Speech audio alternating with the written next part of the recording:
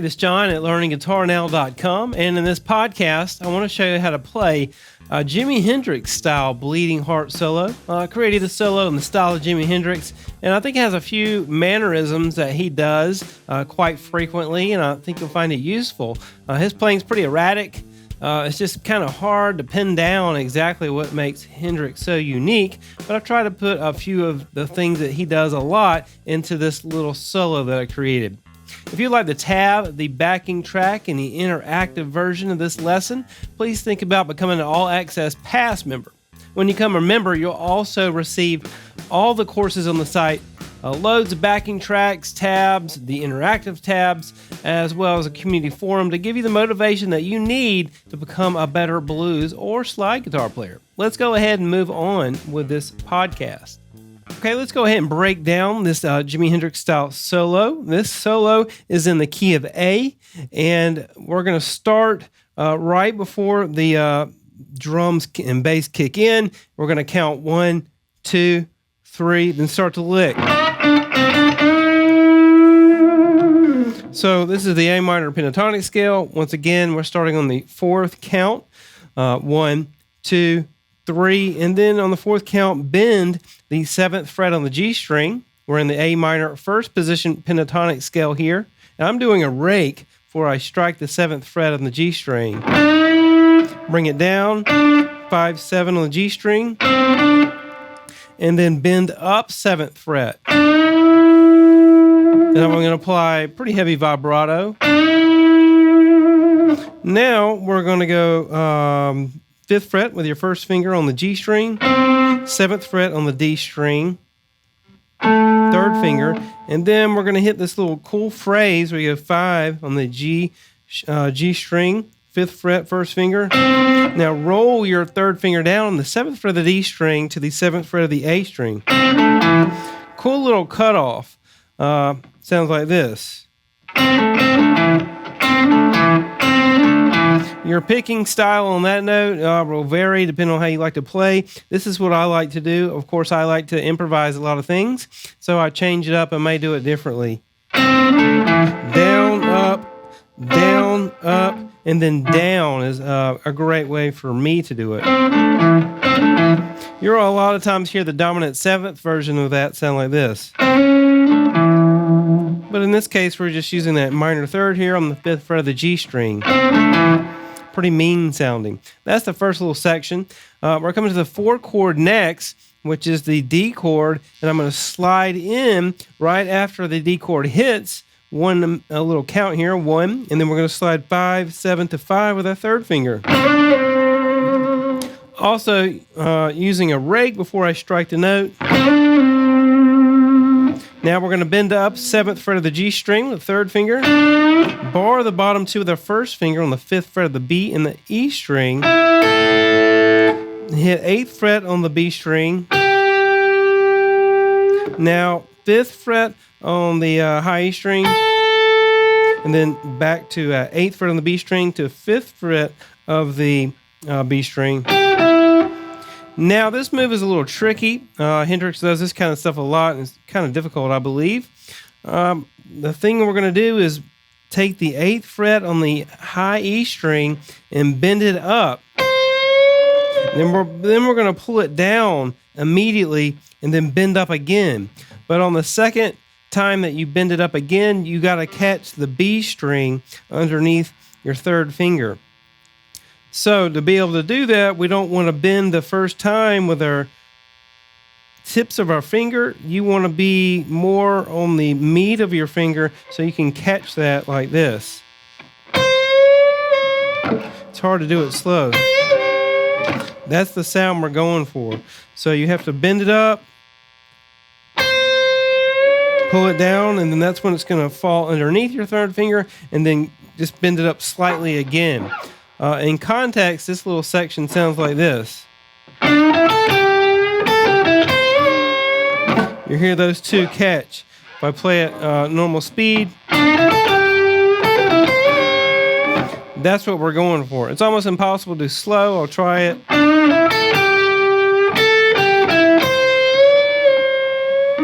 That's the move, but you got to make sure that you catch that B string and let it fall underneath your third finger. And like I said before, the best way to make that happen is to don't play on the tips of your fingers, because it will be impossible to slide underneath the third finger. You have to let it catch. Didn't do it that time. There we go. So it's not an easy move to hit, and that's a lot of these things that are difficult to pull off that Hendrix just does all the time. It's not really straightforward playing. It's just kind of reckless abandon, but it sounds really cool. Okay, so once you get that down and we're bending it back up slightly, we're going to bar the 5th fret with our first finger on the high E. There were another Hendrixy style move here. Hit 8th fret on the B string, and then pre-bend all the way to pitch, and then hit the note. So you got, and then vibrato. So those two things back to back are pretty difficult, but that's a great way to sound like Hendrix is to do those things.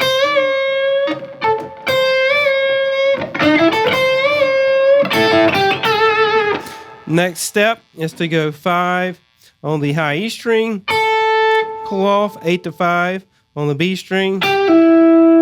Now hit the 7th fret of the G string, and you could also slightly bend that as well, and then bar the bottom 2 and end with that. That's the first little section here.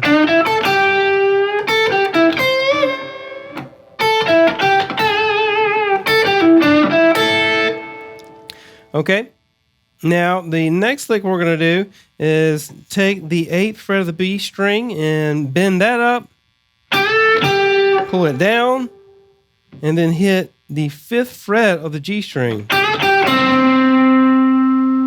And we're going to do a little rundown here where you pull off 7 to 5 on the D string.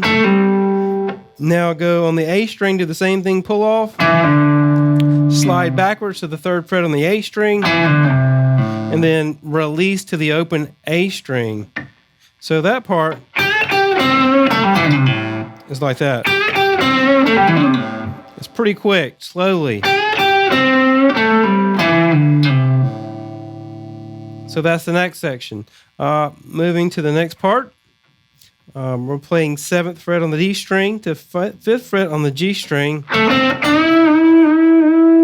You're going to bend up 7th fret on the G string. We're playing this over the D chord, the 4 chord. And then after we bend it one time,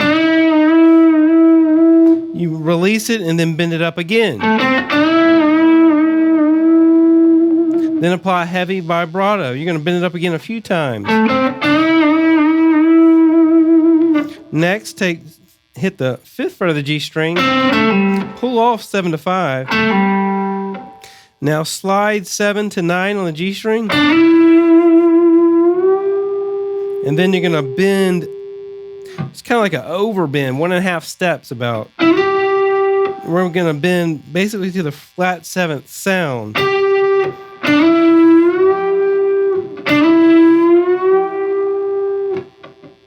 So you got, now we'll do a rake while it's bent. 9. You kind of bring it down as you're raking it as well. So you'd have this. 9, 8, 7. You're walking down the blues scale here. Slide backwards to the 5th fret of the G on the G string. Now 7 on the D string, 5 on the G string, pull off 7 to 5. So you got this thing.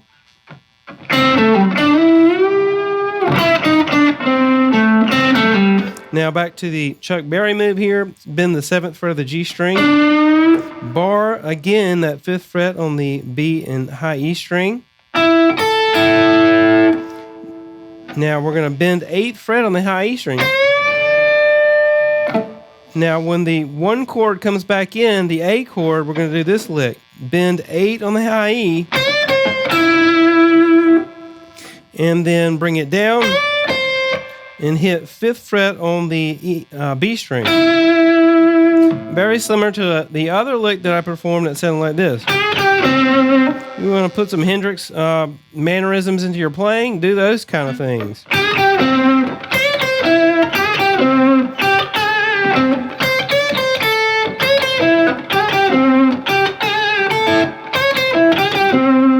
Those little things like that really sound a lot like Hendrix to me. So after you perform that move, pull off 7-5 on the G string. Now we're going to bend that. Same Chuck Berry move is what I like to call it. Bar the bottom 2 again on the 5th fret with your first finger. Pull off 8-5 on the B string. Hit 7 on the G string and then hit 5 on the B string. Now we're going to bend up. Pull off to 5, hit 7, and then we're going to wait for the beat to come in again, and we're going to hit 7th fret, the root note A. And I like to just attack that one hard. The next step is to go 5 on the G string, 7-5 on the D string. Now we're going to slide 7-9 on the G string with our 3rd finger, so you can play that 2nd finger on the, well, you can use that 2nd finger to lay down on the 8th fret of the B string. Slide backwards. So we just hit that note. Slower.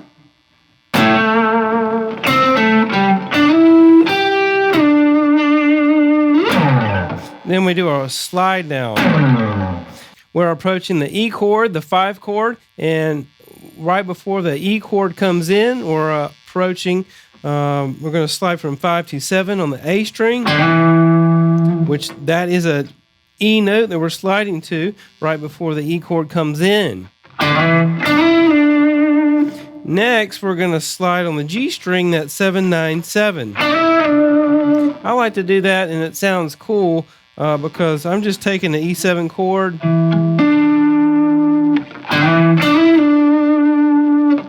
You hear that a lot of time in blues, and Hendrix does it a lot. I'm just sliding to the root note of the chord. You know you have a 7th chord there, but it sounds really cool to take that flat 7th from the chord and slide it up 2 frets and back. I always like doing that little move. And apparently Hendrix does it a lot as well, so I probably got it a little bit from him. The next step is to hit 5 on the G string, 7 on the D string, 5 on the G string, 7-5 pull off. Now we're going to do the Chuck Berry move again, bend up 7 on the G, bar the 5th fret on the B and E string and hit 5 on the B, then 5 on the E. Now slide 8-10 on the high E string. Now at that moment I'm going to switch over to my bridge pickup. I've been playing on the neck pickup the whole time. So you got, and I'm also going to turn up the volume knob to get a little bit more gain. So you have this. Kind of gives the effect of turning on a wah-wah pedal, which Hendrix likes to do all the time. So anyway, I've done that. And I'm just going to keep gradually bending up. And let's see, the 4 chord is going to roll around again, the D chord. And so I'm going to keep that bent. And when the D chord hits, on the 4th count after that, 1, 2, 3. You're going to bend it we strike it, and you're going to release and bend up twice there. And then you're going to do it again and bend it up twice again.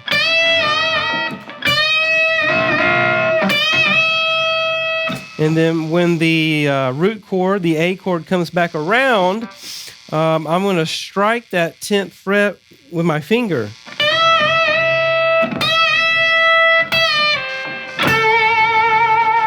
And then end on the 10th fret of the B string right there. So you'd have that. That's right, when the root chord comes back in, popping it with my finger.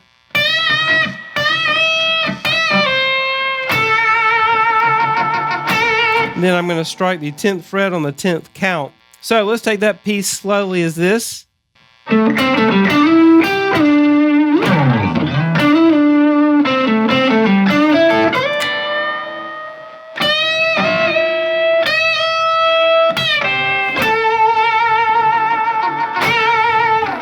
And that's the whole solo. Let's go ahead and let me play through the whole thing very slowly as this.